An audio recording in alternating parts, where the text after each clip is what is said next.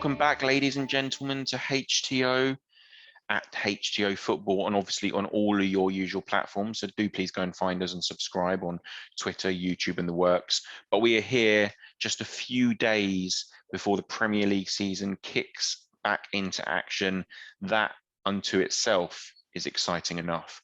But obviously, the return of the Premier League also means the return of fantasy football. Andrew, you looking forward to the weekend Premier League football back with fans? That's exciting into itself, isn't it?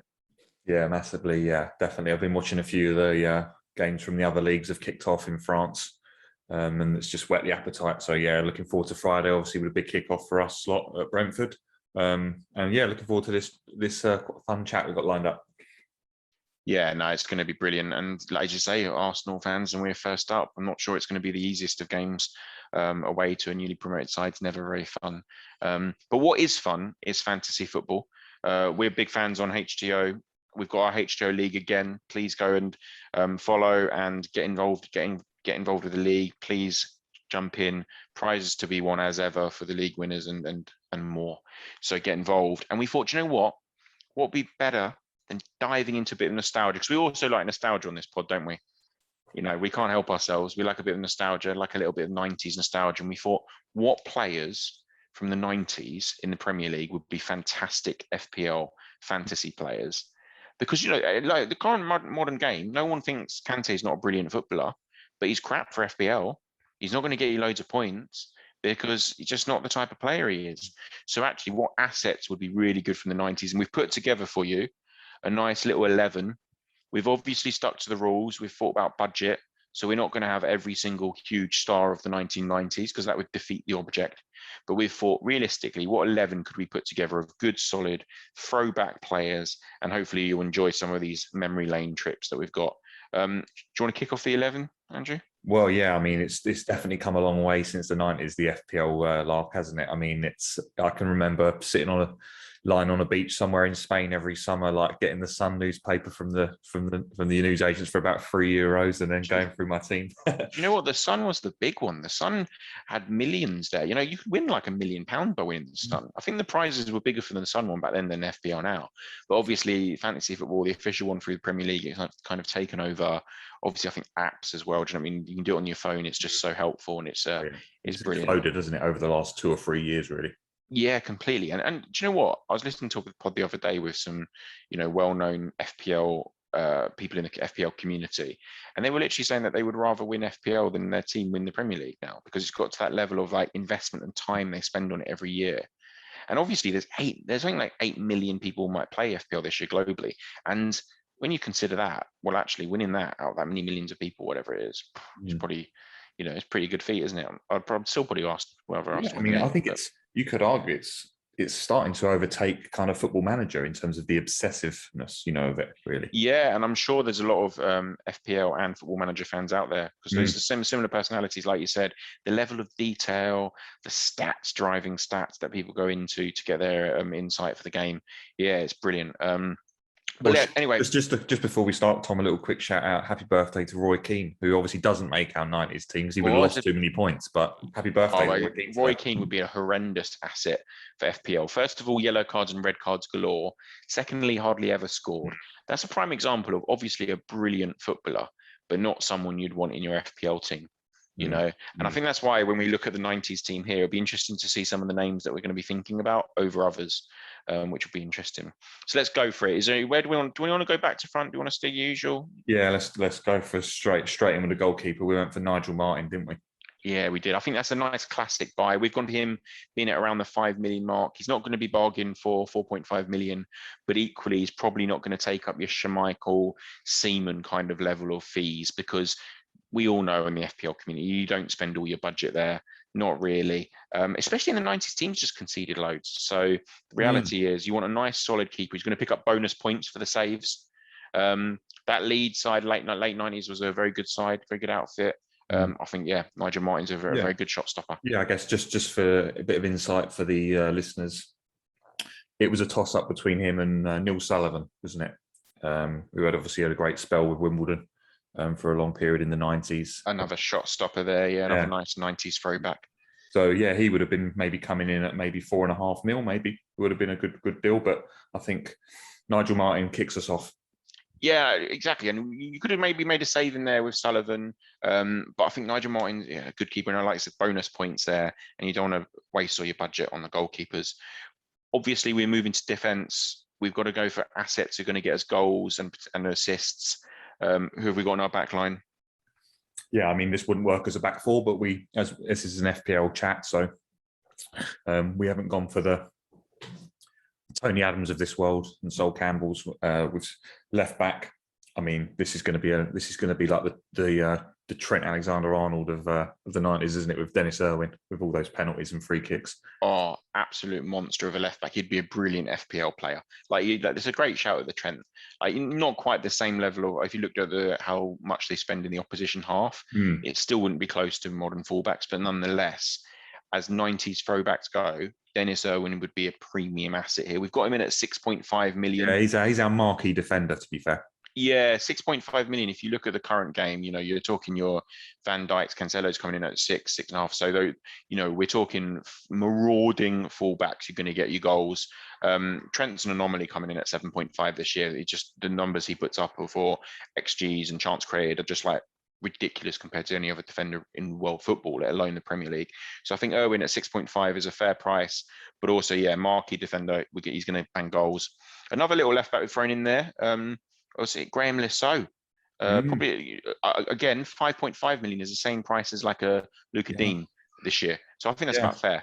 Good deliverer of the ball, Graham was, and I think that was a bit of a late addition, wasn't it? Really, I sort of threw that into the mix late on. Yeah, great. That's great asset. Obviously Chelsea, Blackburn player, 90s stalwart, another one who would pop up with the odd goal. I'm sure would get a few assists and basically essentially an attacking fullback.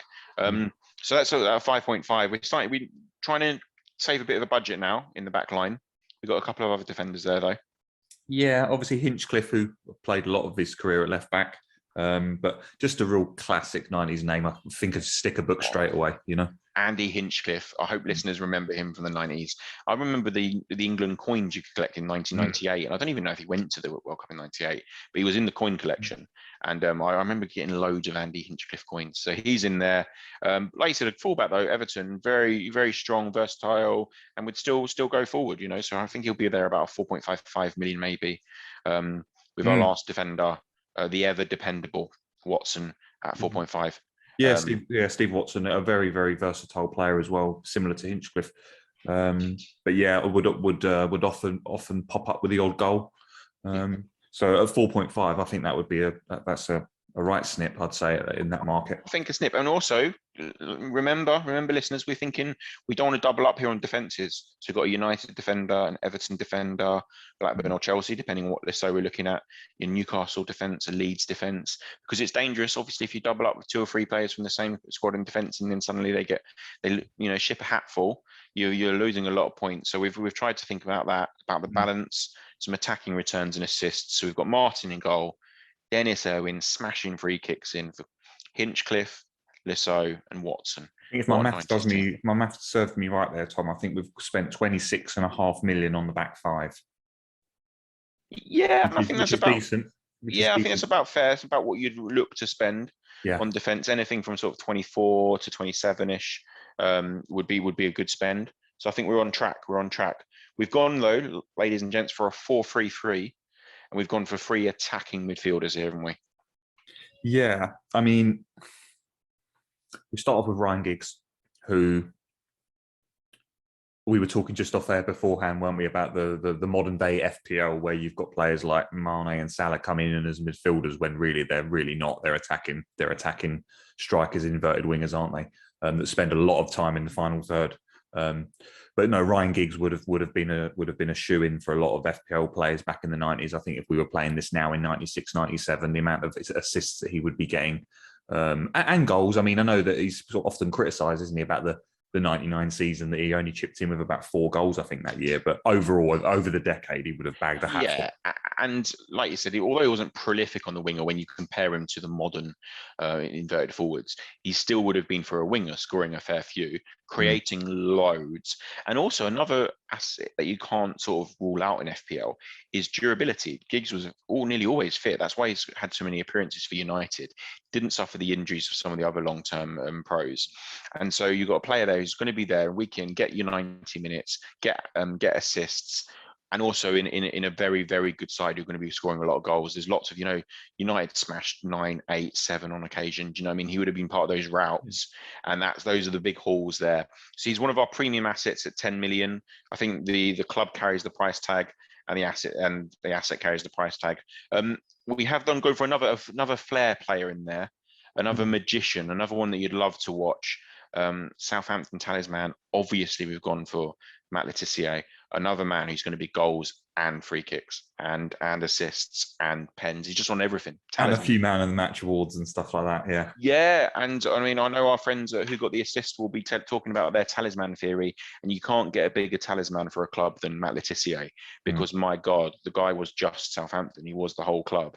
And, again, talisman in FPL tend to do very well. The main man for the team, because everything goes through them. As we said, free kicks, penalties, all the play, the chances created, the goals, absolutely everything went through Le Tissier. I think quite punchy at 9 million, but I think that sounds about right.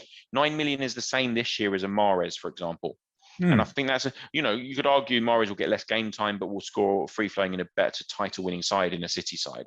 I think Le Tissier at 9 million is about right, because that's going to show his appeal for goals, show his appeal for assists, but ultimately he's not going to be 11, 12 million because he's not in a title winning side. Yeah, I'd say so. I mean, we've splashed on it on our midfield, but rightly so, I think. And obviously we'll talk about the front line in a minute, but so who makes that? Who finishes off the midfield three, Tom? Well, like you said, we have spent a bit of money there, so we needed to get a sort of bit of a budget player in, but nonetheless a very special player, and one that I think lots of people will remember from the 90s very fondly. We've gone for Juninho for Middlesbrough at 5.5 million. The reason is his stats weren't phenomenal. Like, it's not like he's scoring a hatful of goals. It's not like he was creating loads, although he was a bit of a creator. But you can't get someone more 90s than Juninho, like the special free kick on occasion, another talisman for his club. So although he's coming in quite cheap there because his actual underlying stats aren't great, you've got a player there who, for the 90s, is a bit of a standout, bit of a throwback, probably lower on fee there because he didn't stay very many years, from 2 seasons, season and a half only, although he came back for that second spell. So you're also talking about someone who wouldn't guarantee you lots of games. That's probably why they're at the cheaper end. Yeah, I was going to say, there's probably a few people listening that are thinking, cool, that's cheap for Juninho. Having said that, I think like the argument you made a minute ago about the lack of Premier League time, I think just kind of swayed it for us to sort of just drop it slightly, Yeah, we have got the room in the budget. Look, if listeners are saying that's outrageous, he needs to be 6.5 million, we're happy to hear that. And or any Borough fans that are Middlesbrough, not in double figures. Yeah, Middlesbrough fans saying this guy should be 7-8 million. Completely understanding. But I think of the three, Giggs, Le Tissier, Juninho, he's obviously going to be coming in the slightly cheaper because A, the underlying stats aren't there. B, not in a challenging side, and C, ultimately just the minutes on the pitch, he's a risk. For our 90s side, wouldn't be there week in, week out. It also means we can save money for a frontline free. And now, look, this is where we've had to be a bit careful with the budget, because we have stuck to the £100 million budget, and we've left ourselves about 19 million for the subs bench. But we could have gone for some huge names. So let's talk about some huge names who didn't make the free, because they also would have been big budget. You've got people like Andy Cole. My God, like across the 90s, how many goals did he score for United and obviously previously at Newcastle? Dennis Bergkamp, Robbie Fowler. Like you could argue Robbie Fowler would just hang goals. But what we're probably looking at is there's an upper echelon of strikers from the 90s, the ones we've just mentioned, Andy Cole, Robbie Fowler, and the man we have gone for, Alan Shearer. Now, you can't really argue that the Premier League's top goal scorer shouldn't be there, because he's just going to absolutely smash goals for fun. But we did figure that if you had then him with an Andy Cole and a Robbie Fowler, like your budget would be blown because they'd all be 12 million plus, wouldn't they? So we have gone for Shearer as our premium asset at 12 million. You know, again, that's similar prices this year to your Bruno Fernandes, who was a game's top point scorer last season. Harry Kane's at 12.5 million. Salah's at 12.5 million. So we looked at 12 million is normally that very top end in the game in recent years, and I think Alan Shearer deserves that. And also, what I like about this team as well is there's plenty of penalty takers. I can vividly remember Steve Watson taking a few penalties, to be honest. Yeah, back in his day. I mean, Letitia would have taken penalties. Dublin, pens are vital. Next. Yeah, Dublin. So we've gone for Dublin as one of the Shearer strikers partnerships because I think Dublin would be a very, very solid. So what I'd say is Dublin's in that second tier with people like Les Ferdinand, people like Teddy Sheringham. The Ollie Watkins of this world today. Yeah, don't get me wrong. These are very, very good strikers. Your Les Ferdinands, your Dion Dublins. But what they're not is your Alan Shearers. And Chris the goal, Sutton. Yeah, and the goals show that, you know, ultimately. Alan Shearer's got, 300 plus league goals, and Dion Dublin doesn't. But he would guarantee you goals. And again, talisman for his club. Villa, everything going through him. So I think Dion Dublin at 9.5 million is about right. That's up there this year. That's a bit better than your Firminos and your Jesus's, and I think that feels about right. Bit of a real proper true 90s throwback though. We needed to save a bit of money, albeit still get a proven goal scorer in. So who have we gone for as the final striker slot? Well, quite an iconic Premier League player as well for obviously a really important reason with his goal in the early 90s was Brian Deane. So Brian Deane makes up the front three, coming in at 7 million. And I think that reflects the ability as well as the goals output as well. I mean, three very, very good headers of the ball in our front line, which are going to be useful from set plays. That rounds up the 11, and obviously we had roughly 19.5 million left on substitute. I think we had a little bit more than that, but given that, I think we might be bumping Janino up to 6.5. Yeah, you could argue maybe that Dean should be a sort of 7.5 million. But overall, I think we've done pretty fair there. What we'll do is we'll release on Twitter the pricing in our team. We've got Martin in goal, Irwin, Hinchcliffe, Lissow, Watson as your back line, Giggs, Letitia, Janino in the middle, and then Dublin, Shearer, Dean. I think that's a great 90s 11, full of talismanic players. We'd have to fill the bench with a few fodder though. What kind of bench fodder would we need? We'd need one defender and two mids for the bench, as well as a goalkeeper. There's some cheeky 90s names, isn't there? You know, goalkeeper. How about someone like Mark Poom? Oh, fantastic shout! Absolutely fantastic shout. No. Yeah. That'd be a good throwback. You know, it would have been quite decent actually. Obviously, we remember this vividly. Was Manninger? He would have had a great little season. Yeah, and do you know what? Often as FPL players will know, the second choice keeper that you get on the bench is like a 4 million player who's your second choice, basically, who's not going to play because you're not going to play him either. And obviously, in that 98 season, Arsenal went on to win the double. Manninger actually played quite a few games. So imagine if you had an Arsenal goalkeeper for 4 million, that'd be lovely. Who suddenly had a really big run of games. You'd have a backup keeper there essentially. You'd have someone who barely played, just to get him out there. You know, maybe you'd have John Lukic early because obviously Lukic was really the 80s, but he was still hanging on for a couple of seasons in the 90s. You'd get him on there as a veteran. Yeah, to be on your bench there. So then we need one defender, or one defender and a couple of mids. One defender. Who we had a little shortlist the other day. I'm trying to think who we were mentioning. Well, we had what we were filling our shortlist with is lots of versatile players who could kind of play defence, midfield, even a bit forward. People like Steve Stone, obviously in midfield, but those versatile. Stone, do you know what, Steve Stone? Like, you could argue there's a shout for him to actually start. Like, he would have been like your regular points. He would. You know what he would be? He'd be my first sub. Someone like that. Someone who's going to play every week, who does a bit of everything, bits and pieces player, almost like your Gareth Batties. So I don't think necessarily they're going to get you lots of FPL points, because a bit like the Kante argument earlier, Kante is one of the best holding central midfielders in the world, yet, not great for FPL. And I don't necessarily think someone like a Steve Stone would get you masses of points. But as a first sub, your guaranteed starter, would chip in occasionally with an assist and that kind of thing. Very solid player. Trevor Sinclair would have been quite a nice little option. Trevor Sinclair, really nice option. I mean, my defensive shout the other day when we were talking about doing this was I'll have to look at his goal stats, but Chris Perry at Wimbledon. Yeah, nice. Very regular stalwart for Wimbledon in the 90s, but I'm not sure. And also, I don't know, they might have leaked a few goals, Wimbledon. That's the thing, you have to look at teams that were in the sort of top 7-8 who had but good leaking a few records. goals as a defender is not too bad if you're going to create. What about someone like, again, who's a bits and pieces player, but like a Philippe Albert? Everyone remembers that 90s, the chip against United. That's brilliant, Jimmy. I don't know about over a longer period of time, though. No, but we're just sort of good. But we're talking about throwback fodder here for the bench. You argue they're not going to make. Do you know what I'm thinking of? Someone like, do you know, I've been a great little bench player. Someone like David May. Oh, David May is a great shout as well. Ronnie Johnson, I think Ronnie Johnson would probably maybe command a bit too much money. Yeah, slightly more than May. May would have been $500,000 cheaper. Yeah, I think so. More like an Arsenal, like a Steve Morrow, someone like that, just to occasionally. Andy Linegan actually would be a great shout for as a defensive, early 90s defender. Clearly, it wasn't a first team regular Arsenal because that would have gone to Adams, Bold, and Keown. But someone like an Andy Linegan, very, very useful, very solid. And you've got to remember that early 90s defense for Arsenal was incredibly frugal, not conceding many goals. So someone like that would be very useful to bring in. He'd probably come in a bit cheap. So this year, if you look at the Arsenal pricing, they're all around that 4.5 mark for the centre backs anyway. Tierney's a bit more expensive at 5 million because of his creative output. But this year, look, the centre backs, I think that's what sort of a Linegan would have been.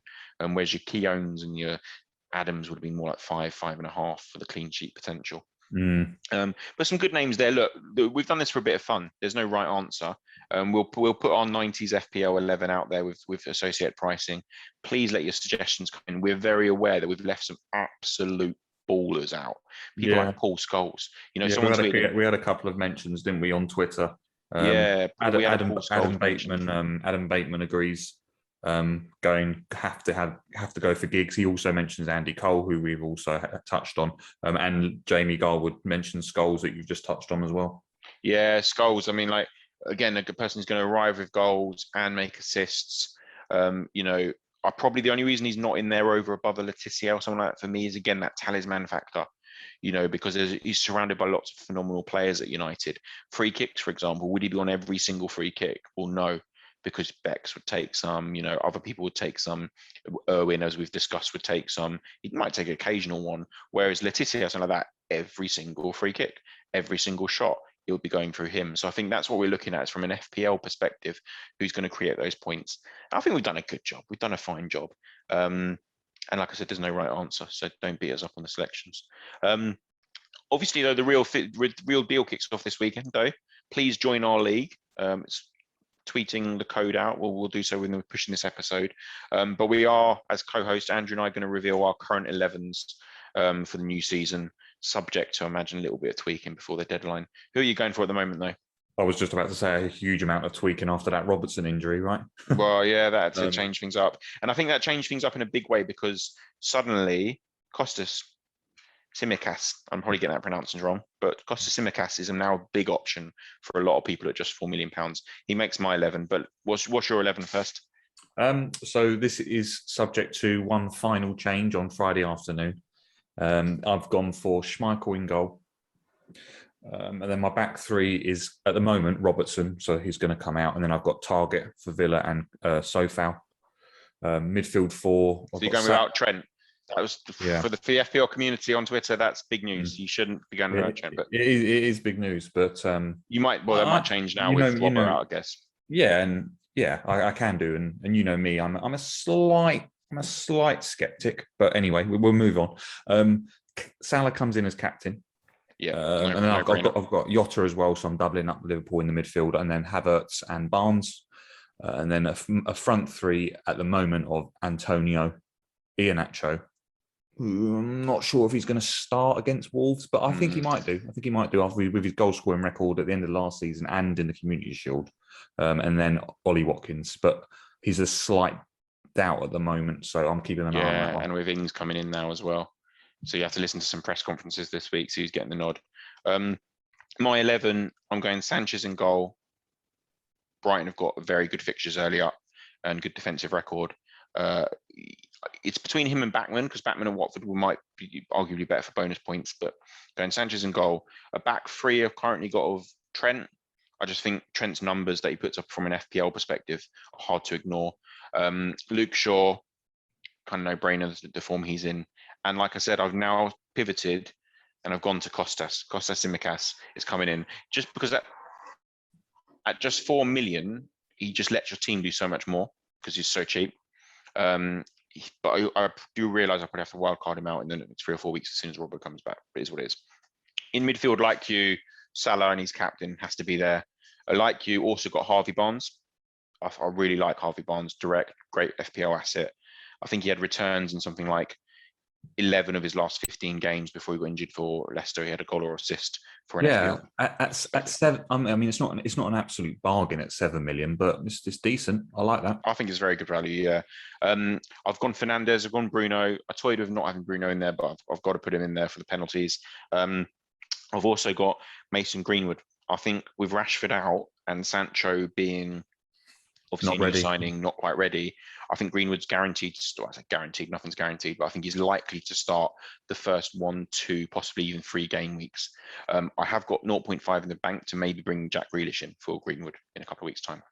And then up front, I've got a front three of Danny Ings. I think the guy's just a FPL monster. He's going to do well for it. And now he's going to be the main man at Villa. Tony, talisman theory again. Everything goes through him at Brentford. And Antonio, similarly, if anyone's going to score for West Ham, it's probably going to be him. So I've gone Sanchez, defense of Trent, Shaw, Tsimikas, midfield of Salah, Barnes, Fernandes, Greenwood, and then up front, Ings, Tony, Antonio. Yeah, I'm keeping an eye on the Antonio one closely because I can see West Ham moving for someone, late on in this window. So yeah, again, so my strategies. I'm going to wild card maybe even as early as after game week 3 because fixtures pivot for game week 4, or if not game week 7. So if I do the really early wild card, I appreciate a lot of these assets like Tsimikas and Greenwood probably aren't long-term buys for me, but all I'm looking at is the next 3-4 weeks only, and then I'm going to wild card, and then the team will change again anyway. Because at the moment, noticeably, we don't really have City assets in there, and City, best team in the league, points say so anyway, the champions. So I will want to get a Man City midfielder. And who knows? Obviously, the big 2 things that we've got to think about here is Lukaku and Kane as well. If Kane goes to Man City, you have to have him in your side, because he will just score so many goals. And same thing as Lukaku, he's going to get a hatful. So trying to create space for one of those 2. But it's going to be an interesting Premier League season. It's going to be an interesting FPL season. Let us know what you think of our 90's FPL team. Keep on liking, subscribing on @HTO Football. And yeah, join our FPL league for this season.